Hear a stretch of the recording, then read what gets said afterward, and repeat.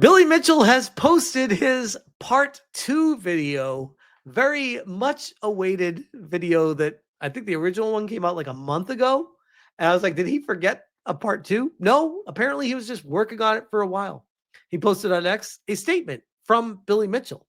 I love how he refers to himself in the third person. Karl Jobst, part 2 of 2. Will Karl ever emerge from his Discord? Watch. Now, full disclosure, I have not seen this yet.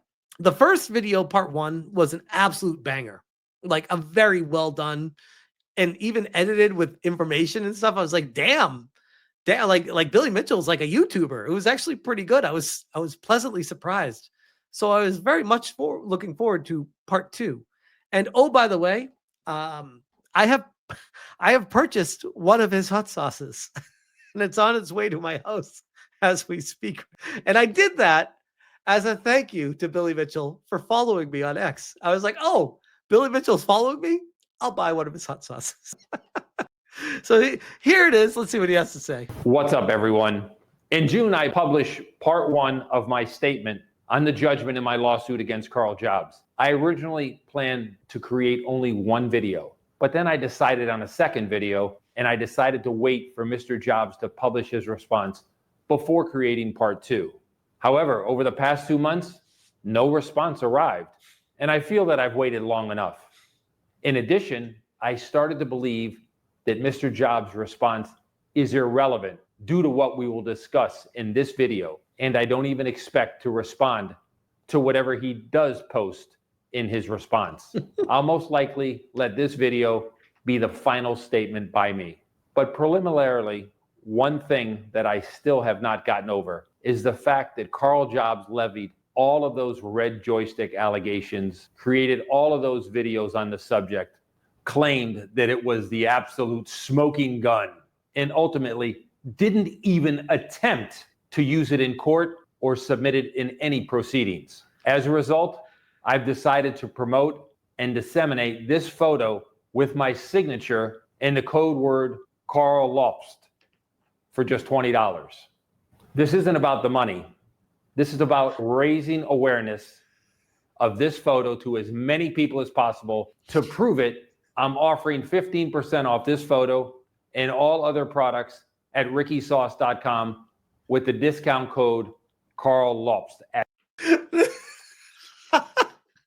I am fucking dying over here. This is amazing. At checkout, don't miss it.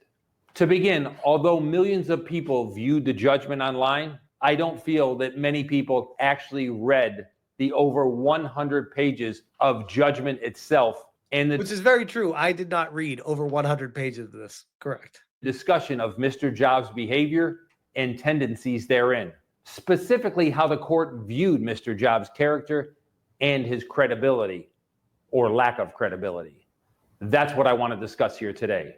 One of the court's observations was Mr. Jobs' absolute refusal to admit anything that opposed his desired narrative on the subject. Here's what the judge said.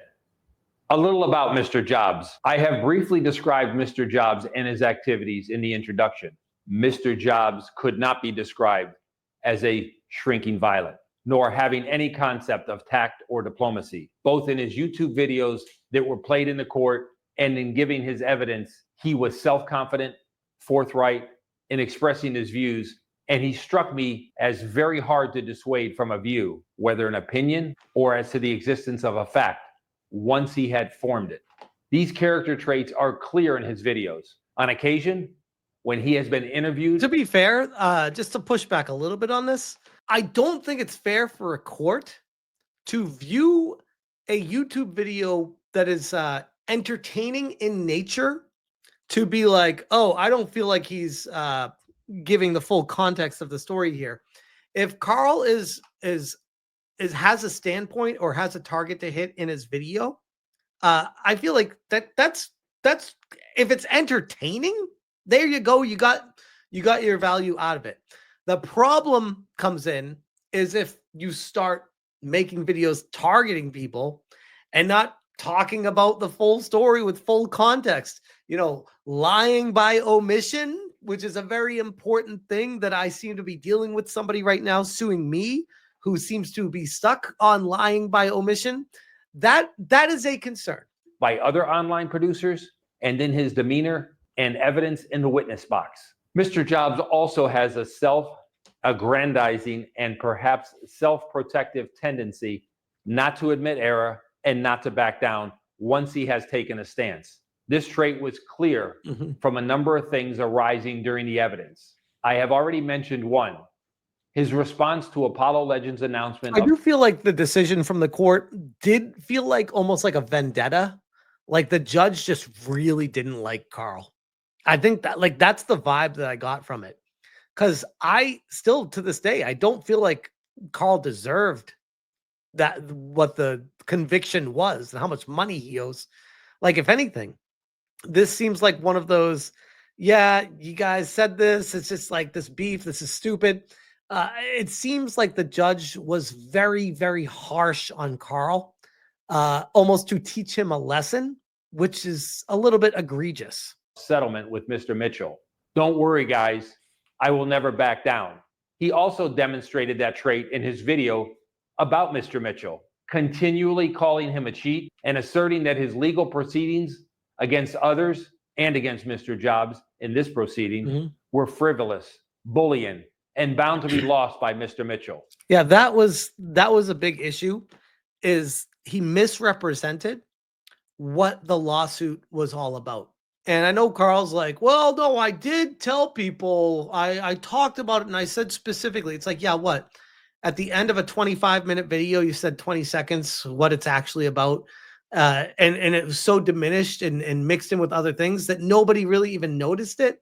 Like, that's not ideal when you're trying to portray the full situation to people, especially if you're taking money from people. That was the big frustration that I had with it. And this is coming from me, who's doing crowdfunding for a lawsuit right now. I couldn't be more transparent, where I'm giving everyone the information. Here, read through it yourself. Tell me if you see something different. Everyone is saying, yeah, no, what you're saying is what it is. It's like, yeah, I know, because this is ridiculous. And like, yeah, it is ridiculous. It's not as convoluted as what this situation turned out to be. Here's two examples of baffling testimony by Mr. Jobs under oath at trial that exhibited the behavior discussed here. Firstly, his so-called retraction video that he buried at the end of his Dark Souls video. Mr. Jobs said that I never attempted to contact him to correct the allegations at issue in the lawsuit. However, not only did I in fact contact Mr. Jobs, I contacted him through 3 different methods. 1, I sent a trustworthy third party to contact him. 2, I published. Was that Keemstar? I think that might have been Keemstar. A response video. And 3, my lawyers sent him a concerns notice. Under oath in the witness box, Mr. Jobs defended his claim that I never attempted to contact him by saying that he didn't consider any of those 3 acts as an attempt to contact him. Here is some of the exchange between Mr. Jobs and my barrister during his cross-examination on the subject. Please pause this and read the transcript. Mr. Summers, you said he didn't get in contact with you to clear up any misinformation you had. Haven't we heard earlier that he had a third party contact you to try to clear up this information? Yes, a third party. Right, okay. And that was Mr. Mitchell's instigation? Keemstar. I was right. There you go. Well, I can't speak to that. Keemstar told you, didn't he, that Billy had asked him to reach out? That's what your evidence earlier? I don't remember if I said that. You did. That Billy had asked Paul, that Keemstar had said to you, Keemstar, no. I said Keemstar said Billy was upset. I apologize. I don't remember. I may have, but I don't remember him saying that Billy said Keemstar should call me. Right. Okay. I understand. Okay. We'll check that. Mr. Mitchell had posed the video of it. They posted the video, obviously. You showed an exact extract of it contending what you had said wasn't true. Yes. And you also had Mr. Mitchell's concerns notice, didn't you? Yes, I did. Isn't that him in a way getting in contact with you to clear up any misinformation you had? I didn't consider that. Mr. Mitchell contacted me. I considered ... Well, just that his solicitor is contacting me. So it sounds to me like Like the judge or the lawyer or whoever was having this conversation with Karl Jobst was like, so they did contact you. And he's like, I don't remember. Or, well, I didn't really think of it that way. It's like, just take accountability, bro. Like they did reach out to you and you are not acknowledging that. Transcript. As many of you see, Mr. Jobs even testified that my lawyer sending him a letter on my behalf did not constitute contacting him. Here's how the court ultimately viewed that testimony. Fourthly, in that video, he said something that was wrong, about which I considered his evidence to be disingenuous, and that leads me to have reservations about his credibility on occasion. He said, nor did Mr. Mitchell attempt to get in contact with me to clear up any misinformation I may have had. Mr. Summers put to him that he had seen Mr. Mitchell's response, he had spoken with Keemstar, and he had received the concerns notice. Mr. Mitchell was attempting to get in contact with him through Keemstar and through his lawyers and telling him he was wrong.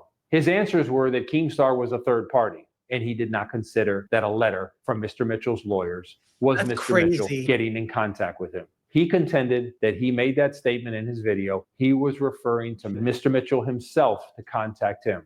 Relevantly, the following exchanges took place between him and Mr. Summers.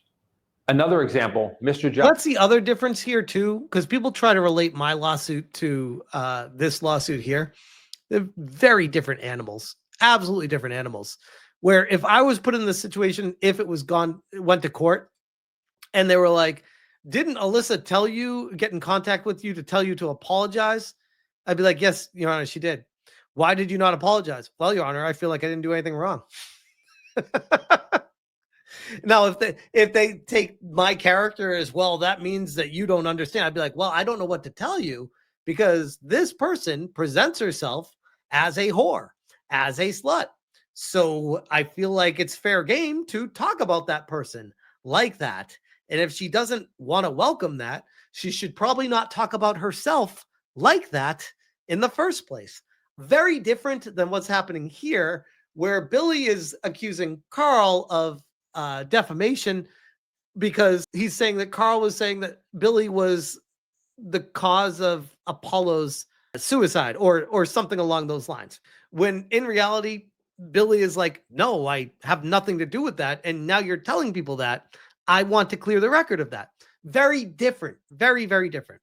Another example, Mr. Jobs testified under oath that he endeavored to generate as much attention as possible to the so-called retraction by burying it in the last 2 minutes of a 28-minute Dark Souls video. Press pause, please. It's the case, isn't it, Mr. Jobs, that you didn't want this video to be known by people as the one in which you made a retraction about something that you'd said about Mr. Mitchell?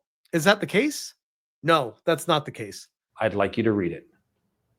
Yes, he actually said that. Before I read the court's comments on this, let me remind everyone, he didn't mention me in the title of the video. He didn't show me in the thumbnail of the video. He didn't mention me in the description of the video. He didn't mention me in the pinned comment of the video. Yep.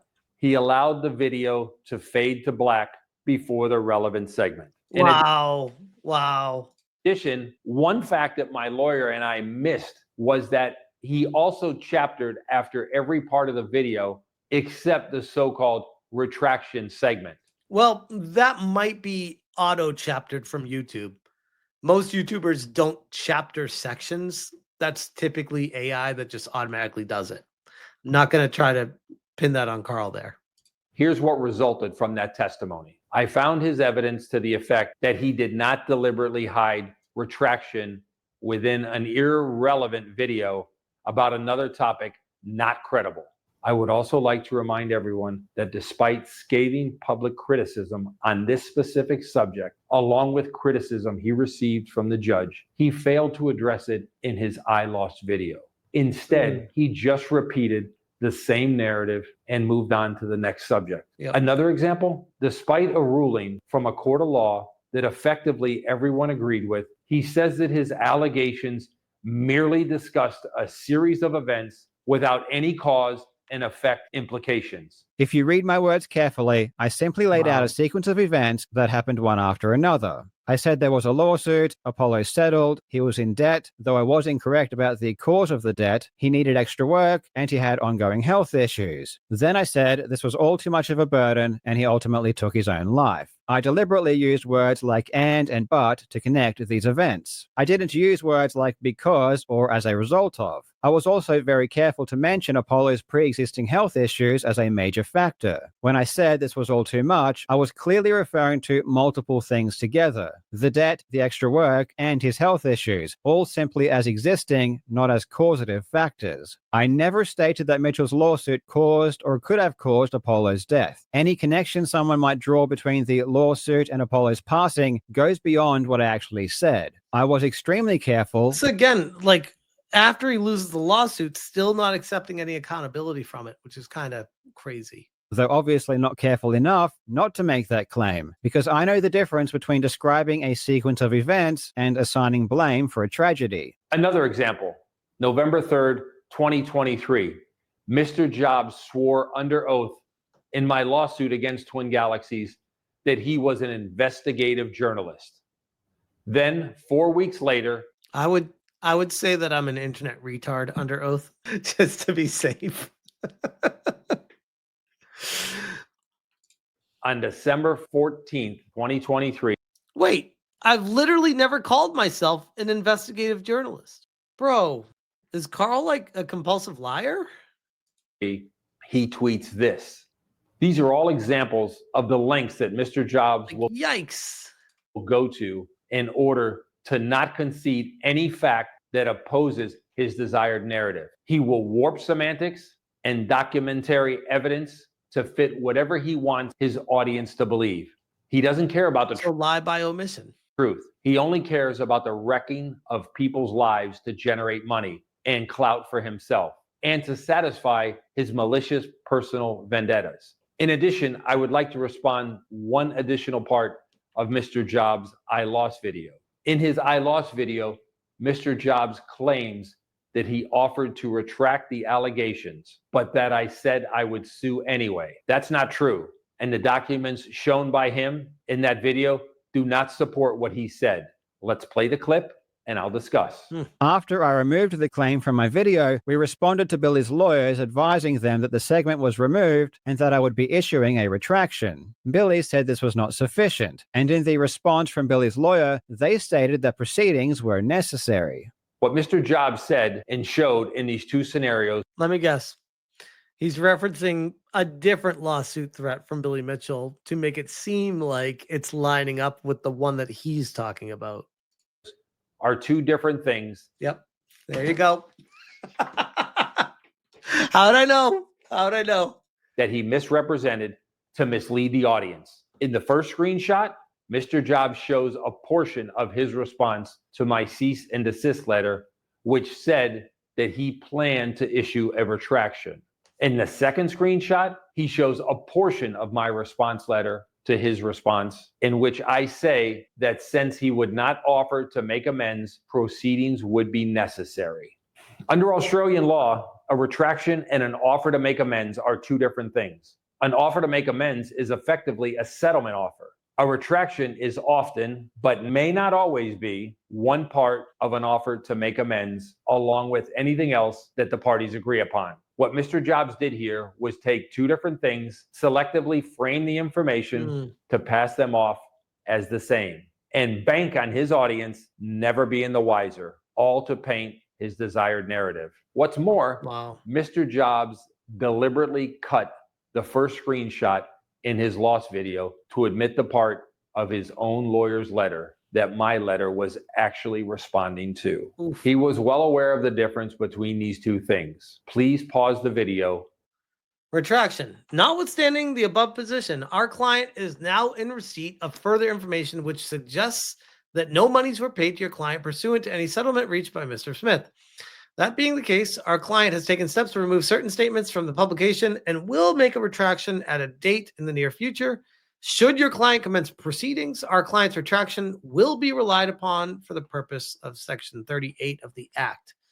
no offer to make amends. In light of the matters raised here within, particularly that we consider our client has an absolute defense, if not multiple, to any alleged defamation, it is not appropriate for an offer to make amends to be made in this instance. This is because there's no legal basis for your client to have issued his concerns notice in the above circumstances. As a sign of goodwill, our client has instructed us not to issue a concerns notice on your client in light of your client's recent statements. We trust that the above considerations will deter your client from making any further action, and your client will now consider this matter to be at an end. In any event, all of our client's rights are reserved, including the right to rely upon this correspondence in any legal proceedings commenced by your client. If proceedings are commenced by your client, despite the matters raised here within, such proceedings should be commenced in the Brisbane Registry of the applicable court. And read it. Bottom line, I told Mr. Jobs that I would proceed with a lawsuit unless he settled the case, but he chose to proceed to litigation. With all of that said, I expect this video to be my last time discussing Mr. Jobs. As you can see, if I spent all my time, if I responded to every claim that Mr. Jobs makes, every semantic tailored argument, every selectively cropped screenshot, every convenient omission, I would be doing videos forever. This is never going to end. Well, I mean, there you go, Billy Mitchell. You just got a future career as a YouTuber right here. That's because Mr. Jobs doesn't care about the truth. He cares about controlling the public narrative to suit his personal vendettas. That is all why I don't care for whatever he says in his upcoming videos. At this point, if someone believes what he says and believes what he shows, there's nothing I can do to help that person. Nothing. That person can just go crash out on his Discord with him. That's everything for today. Please remember to buy your own red joystick photo at rickysauce.com. 15% off with the discount code Karl Jobst. And I'll see you again.